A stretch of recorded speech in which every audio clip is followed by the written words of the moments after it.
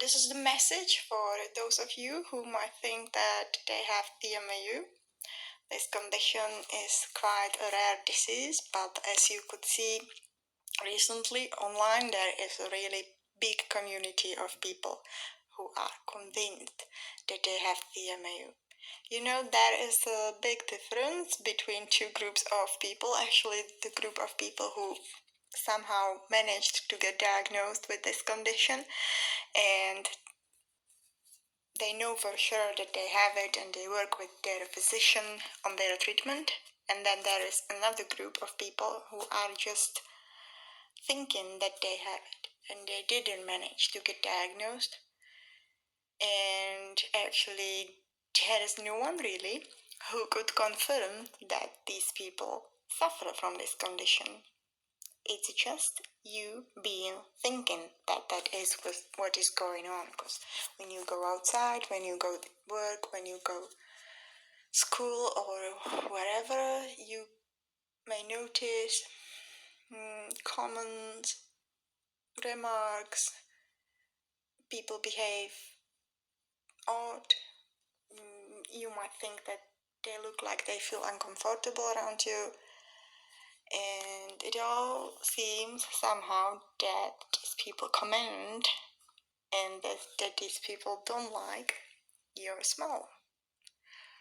Well, then you come home, you ask someone who's living with you, or you ask your close friend, someone who you trust, if they noticed something like that too, if they can confirm that you actually smell.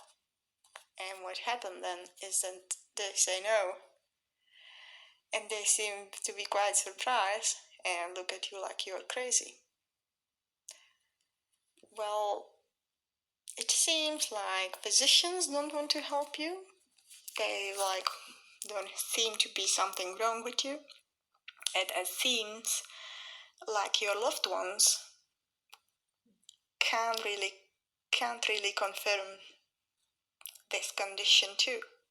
But somehow still you believe that you have it, because every time when you go outside,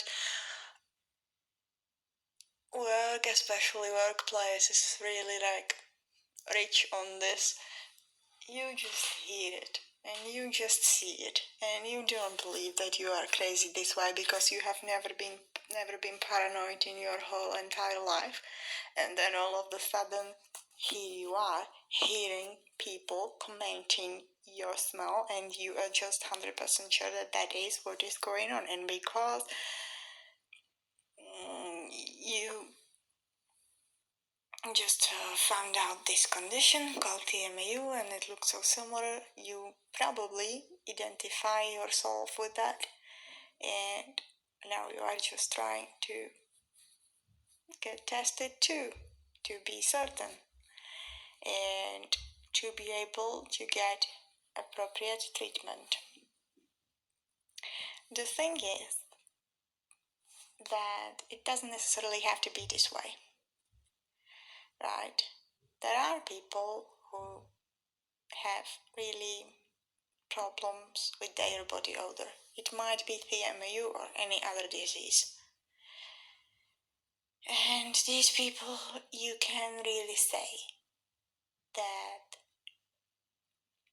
this is happening because you can smell it too. But then there are people who just think that is happening because, as I said, they can hear comments and remarks, but when they directly ask someone, these people don't confirm that. They say they couldn't detect anything. So what is going on? I was exactly at the same situation before, so it's like I'm really familiar with this. And as I could see online, in this TMAU community, a lot of people struggle with the same thing. They say, my parents can't smell it, my spouse can't smell it, and stuff like this. So why is it happening only at work or only at places where I'm with people that I'm not as familiar with? It can be a lot of things, but speaking from my experience, it's not TMAU. That's not what is going on. I was actually in a very dark place like 3 years ago because of this condition. I wasn't able to keep a job. I was unemployed for 5 months, and then I spent all my savings. I had to find a job, but I still wasn't able to keep them, so I changed my workplace 7 times, right? So in 1 year I was 5 months unemployed, and then I changed job 7 times, right? So you can see the situation was quite serious. Even more serious was how I was feeling in my head. I was depressed, incredibly anxious, suicidal even. I really didn't want to live like this. I wanted to end my life because, somewhere deep inside I was still the same girl, quite happy, but my social life that was absolutely nowhere. My confidence was nowhere. Self-worth. It was struggling even financially. So as you can see, it completely broke my life into pieces. I started to isolate myself consciously and subconsciously. I didn't want to be around people. And, that's very, very dark place to be.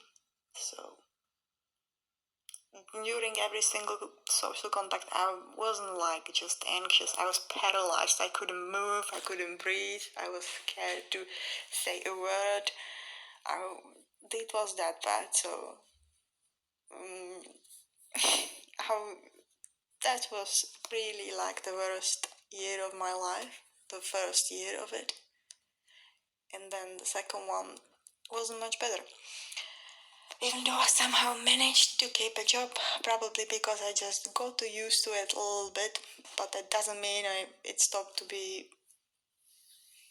that bad. It just, I started to have a little thicker skin, but, still, I can't say that was a quality life. That wasn't at all. So one day I just decided that if physicians can't help me, and physicians couldn't help me and I couldn't help myself, it was too much for me to handle, I decided that the best thing would be to go psychiatrist. And actually that was the breakthrough. And I'm very glad today that I made this decision because it probably saved me from suicide. I really think that it's sad to talk about it, but I wasn't one of those lucky ones who are still positive and still somehow happy. I wasn't at all, and I couldn't really imagine how to live with this anymore. So that was the reason why I actually did this last trial to save myself, and I actually booked an appointment with psychiatrist. So I went there, and she actually told me that this condition is not rare at all, that it's very common, and I'm not talking about TMAU now. This is something completely else. It's not physiological how you might think. It's psychological condition, and it's called Olfactory Reference Syndrome. Write it down and try to Google it. There is quite a good article about it on Wikipedia, so you can read about it and get some knowledge. I think it might be really useful for all of you who are listening to this podcast. Well, what happened next was that she told me that it is a common condition. Yeah, that doesn't mean that I do really smell. It means that I just think I smell, and that those voices I hear around me are probably just illusions. She wasn't sure about that because there's actually another form of olfactory reference syndrome when you have sort of OCD and you have obsessive thoughts about your smell, and they force you to wash yourself so many times a day and wash your clothes and stuff like this. So she wasn't sure. She sent me to psychologist, and this lady, she did a couple of tests to me just to find out, just to be able to find out if I'm more psychotic and having delusions, or if I have more OCD. It turned out that I have the first option, so that I hear voices and see things a little bit differently, and therefore I have psychosis, and it's like psychosis. It's not like a psychosis you were used to before, or like a schizophrenia. I don't know how to pronounce that, but this actually is something that is very common, and people from this field do know a lot of cases of such a people. So she was 100% sure that she can help me. They have like pills for psychotic people and for people who are hearing voices and seeing things that are not really happening. As you can see, it's really subtle, because obviously you wouldn't probably call yourself a paranoid, and I wouldn't call myself paranoid as well.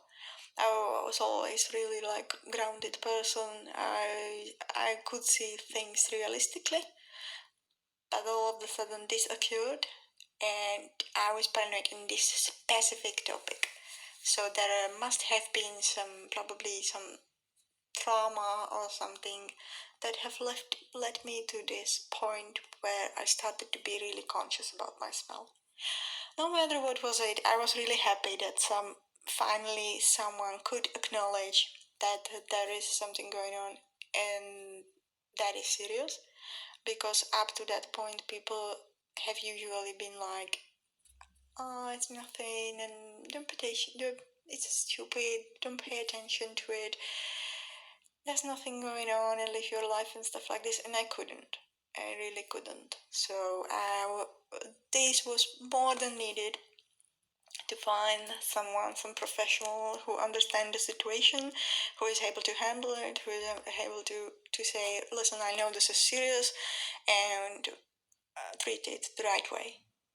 That's a very important thing, is that you actually start to somehow treat it.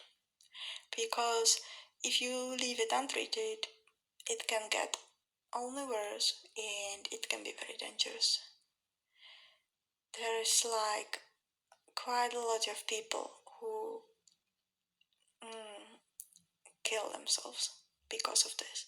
And that's why I'm doing this podcast, because I really want to make sure that each of you who is sort of unsatisfied with what physicians can do for you and what you can do for it to get better, it's probably the right time to go and visit psychiatrist, because they know this condition. It's olfactory reference syndrome. It's a serious condition. They are not going to tell you that that's nothing. They are really going to be serious about it and treat it the way it requires. And you wouldn't probably be able to do that on your own. They have pills they can give you, and if it's accompanied with good therapy, I'm visiting my therapist every second week, yeah.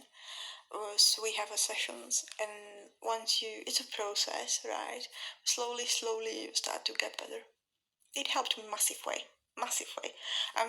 It has been like a couple of months when I'm visiting couple of months of this, I don't know, therapies and stuff like this. I'm visiting my psychiatrist. We consult pills, if they are good for me, how I feel, and also I'm visiting my psychologist for therapies, and they are also really helpful. Once you really open up to the person that's working with you, it can do miracles. Like I'm seriously, I can say now after a couple of months, I'm feeling almost healthy. Like my life is almost back as where it used to be before this thing occurred. And the important part was to admit that there doesn't necessarily have to be something wrong with my body. Maybe there is something wrong with my mind. It's not nice to face it. It's difficult, and accept something like this. It's never easy, but once you do it, once you do those first steps that might seem a little bit odd, but once you do them, it will move only for better. And I do encourage every one of you who's uncertain till this point what is going on with them, and if there is something going on with them, and you are constantly googling TMAU stuff and watching TMAU videos and reading articles. I was exactly the same, but this is not going to help you, right? If you are, and that's important, and I said that many times, and I'm going to repeat myself now, if you don't have anyone to confirm, if you directly ask someone to tell you if there is some foul odor and they say, no, I can't smell anything, then there is a big chance that there is none, and that there is all in your head. It's Olfactory Reference Syndrome. Google it, read about it if you want to read about something, but most importantly, go and visit psychiatrists, because they are going to help you from this dark place, and it can get only better. It can get only better. They know what to do, and they know how to work with such a patient, so you don't have to worry about it. And just please do this for you. You don't deserve to live like this, and I know how it is. I know how horrible that is, and I know how strong you have to be every day, and it's exhausting. So please, you have beautiful soul, and it deserves only the best. You can find the joy of your life. You can find it again. You can live joyful life, and you can live happy life. This is going to be just a phase in your life that is gone. Once you do this step, and I don't think it's that difficult, please seek a professional. It requires a lot of inner work, and I'm going to talk about this inner work because I think it's the most important part, right? It's not that easy also, but what I wanted to say in this podcast is please face the truth that it doesn't have to be physiological, and it can be psychological, and there are people who know what to do and who know how to help you, and you deserve that. You deserve to get back your joyful life. So please don't hesitate to ask for help. If you want, you can contact me and we can talk about it as long as you wish. Thank you for listening, and I'm looking forward for the outcomes.